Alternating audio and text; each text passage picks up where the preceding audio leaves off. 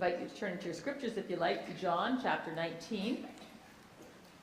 Just a few verses from that chapter. John chapter 19, going to read verses 12 through 16.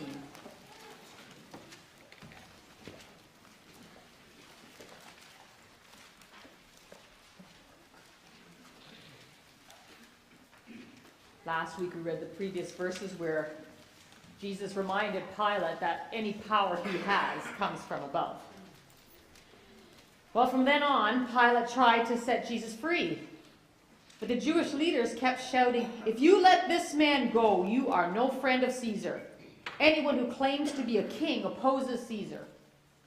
And when Pilate heard this, he brought Jesus out and sat down on the judge's seat at a place known as the Stone Pavement, which in Aramaic is Gabbatha. It was the day of preparation of the Passover. It was about noon. "Here is your king," Pilate said to the Jews. But they shouted, take him away, crucify him." "Shall I crucify your king?" Pilate asked.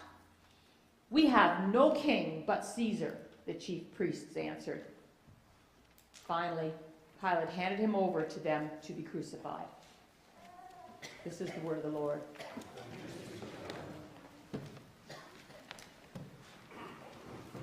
A number of us watched the movie The Shack last Sunday evening, based on the book by William Young. Spoiler alert here, but I'm guessing if you haven't seen the movie, most of you probably have read the book. Mac and his 3 children are camping.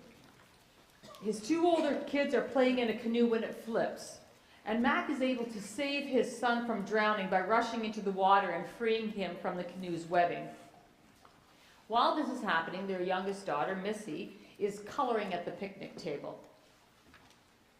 But when he gets back, she's gone. She's missing. And the police are called, and the family discovers that Missy has been abducted, and she's been murdered. Several years later, the family is still reeling from the tragedy when Mac receives a suspicious note in his mailbox.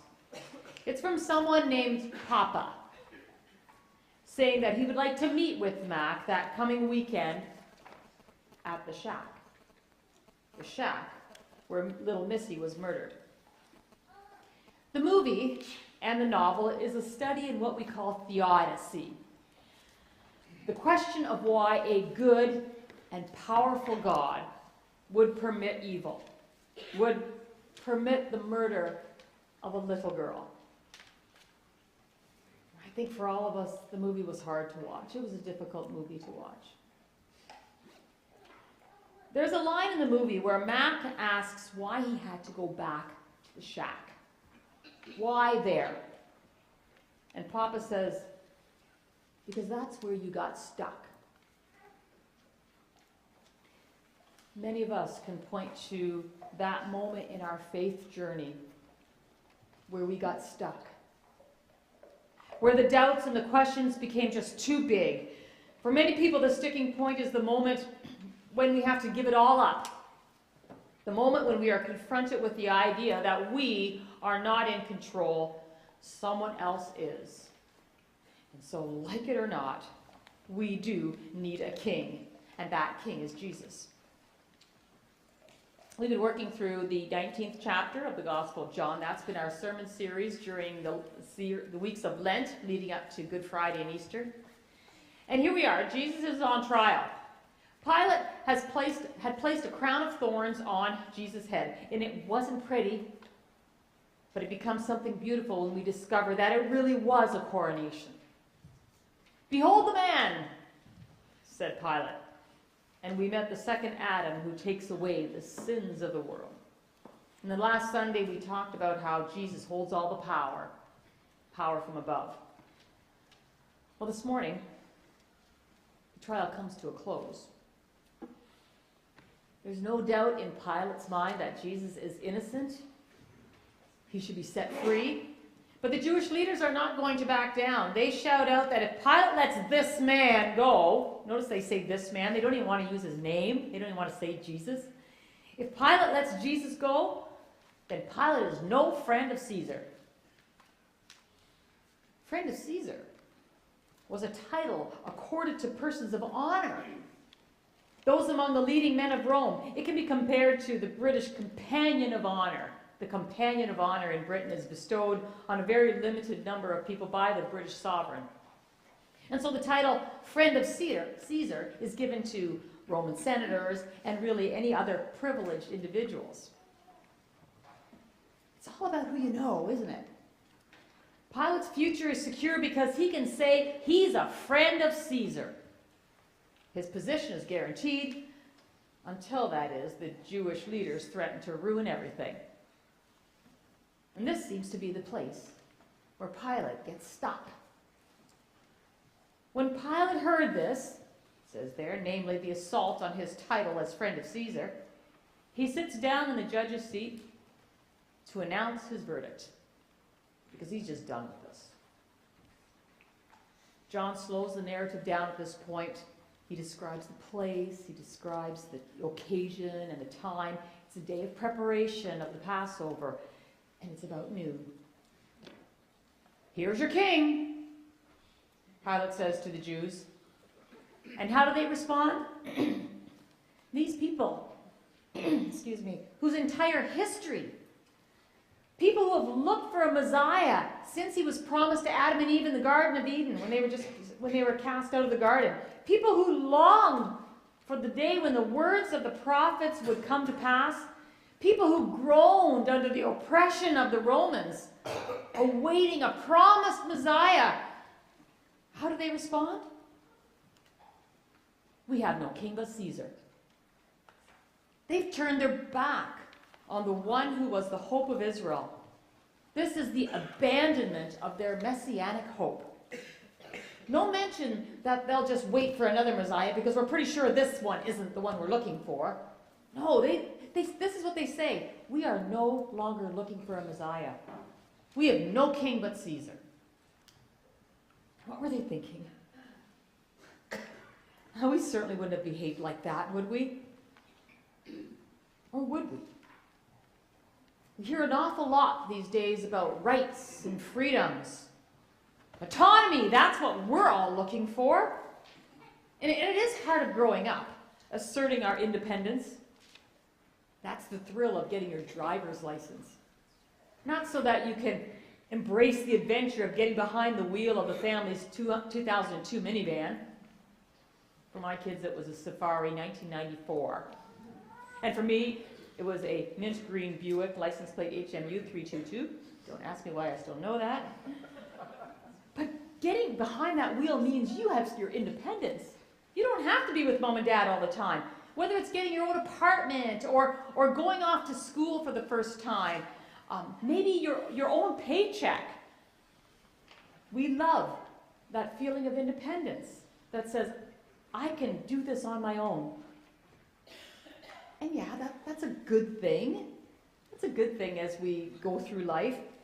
But too often that quest for autonomy spills over into something dangerous and damaging.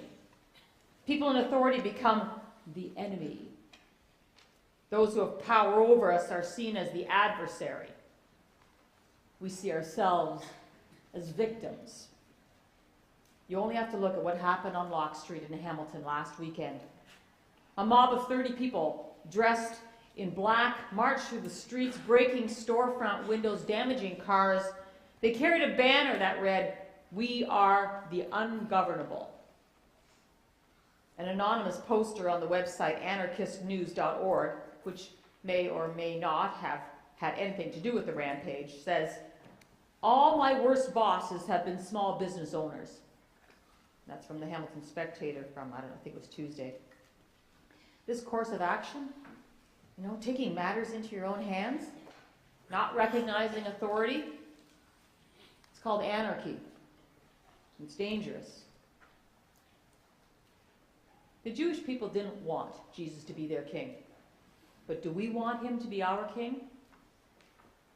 Are we prepared to let him rule our lives? That sort of language is where a lot of us can get stuck. We consider the things that Jesus might expect of us. to give of our time, to tithe our income. Now, is that gross or net? To turn the other cheek, to keep our partying in check, to watch our language, to give up a spouse, or as we are reminded in the movie, to forgive the unforgivable. Our reaction? No thanks. I don't need someone to rule my life, to take away all my fun, to demand so much of me. And so we go it alone. We have no king but ourselves. And that's a lonely road to travel. Here's your king, says Pilate. Or going back to the Greek and to the other translations, behold your king. 4 times in this short passage, in fact, we find the word king. Like, you can't help but catch this, that Jesus is king. Anyone who claims to be a king, here is your king. Shall I crucify your king? We have no king but Caesar. Over and over again. Yeah, we can't miss the point. Jesus is king. But what sort of king is he? Is he a dictator? Or is he something else? We read in verse 14 that this is the day of preparation, that it was about noon. At this hour, for Jewish people, as any people prepared for the Passover celebration, 3 things always happen. First of all, the Jews cease their work. So they've got time to watch, observe, see what's going to happen. Secondly, leaven is gathered out of the houses and burned. And thirdly, the slaughtering of the Passover lambs commences. Passover. For our children who are working on tabernacles and building them, they understand some of this. Passover is the great celebration of Israel's deliverance from slavery by God's almighty power. God showed himself to be king, and they became people. And now in this celebration, in this story, the Jews gather before Pilate, and they're about to play a decisive part in the fulfillment of the Passover. Really a second Exodus. God will achieve a release from slavery, emancipation for all nations, not for just Israel. And God is giving them life in the promised land, where? Of his eternal kingdom. This 6th hour, this noon, is the crucial hour of destiny for Jews and Gentiles alike. And this king, he offers his people a kingdom where each person can thrive. In the Old Testament, remember the stories? The people just begged for a king. They want to be like the other nations. Give us a king that we can see, one we can put a crown on his head, one we can bow to. Well, when Solomon, David's son, ruled Israel, and this is before things actually fell apart, it started out pretty good. We read this. During Solomon's lifetime, Judah and Israel, from Dan to Beersheba, that means from the north to the south, lived in safety, each man under his own vine and fig tree. 1 Kings 4. Safety. They thrived. Who would not want to live under such a king? A king that ensures you will be safe and that you will thrive in your business, in your homes, and your relationships, where you are free to love and to enjoy life and all the good things that God has for you. Who would not want to live in that kind of a kingdom? Pilate didn't want to give up his position as a friend of Caesar because he thought that's where his bread was buttered. He understood that it was all about who you know. Well, too bad he hitched his wagon to the wrong leader. Before him stood Jesus, the promised Messiah, who was a friend of sinners. That's what people call Jesus. The Son of Man came eating and drinking, and you say, here is a glutton and a drunkard, a friend of tax collectors and sinners. Jesus' words in both Luke 7 and Matthew 11. Jesus was honored to bear that title. A friend of sinners. A friend of us. Because it really is about who you know. When Jesus chose to be a friend of sinners, a wonderful thing happened to us. You became a chosen people, a royal priesthood, a holy nation, God's special possession, that you may declare the praises of him who called you out of darkness and into his wonderful light. Amen. 1 Peter 2.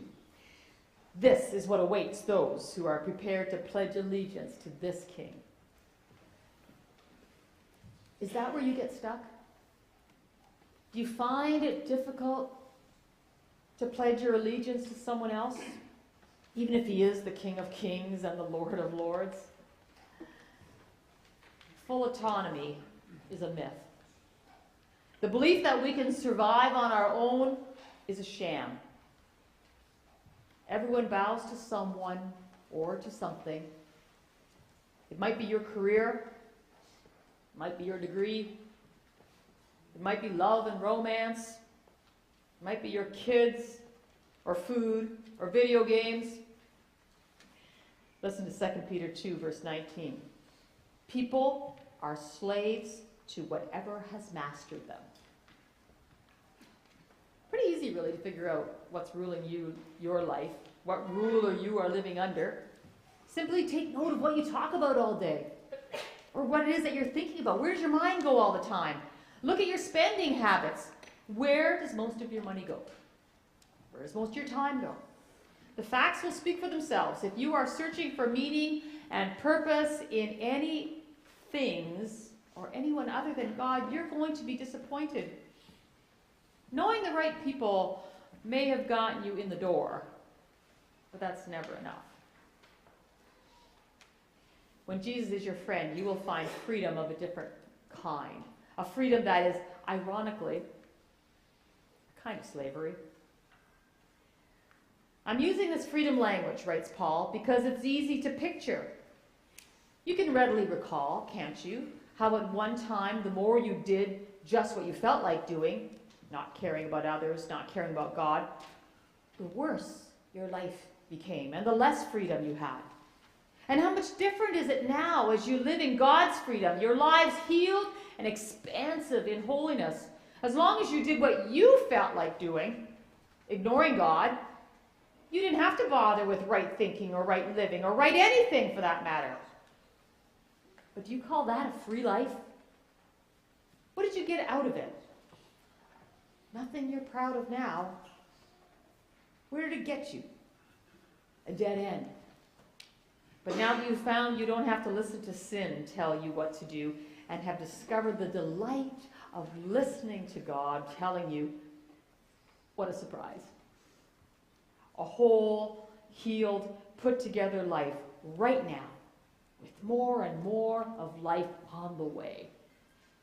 Work hard for sin your whole life, and your pension is death. But God's gift is real life, eternal life, delivered by Jesus the Master. That was Romans 6, 19 to 23 in the Message. Jesus is your friend. You are a friend of Jesus. That is such an honor. Having Jesus as your King puts life in a whole new perspective. It's a place of privilege. It really is. And who wouldn't want to have such a King ruling your life? He'll protect you. He'll love you. He'll also correct you when life goes a little off kilter, and he'll get you past that place where you are stuck. When you hit that place where you are stuck, when you wonder where God is, then let go of all your attempts to do it alone, to fix it yourself. Accept Jesus as your King, as the ruler of your life, and he will save you. Yes. And then you will know true freedom. In the movie The Shack, God met Mac at that place where he had gotten stuck. No, Missy did not magically come back into his life. And no, Mac did not see her killer come to justice. But Mac caught a glimpse of what it means to be loved, to be loved deeply by our God. Our lives, too, are a journey in which we have to let go. We have to let go of our belief that we are in charge.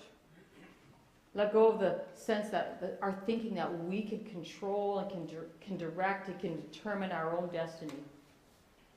What a mess we make when we try to go it alone. Instead, get to know the one who is the friend of sinners. Look to Jesus as your King and anticipate all the good things that come from living in his kingdom.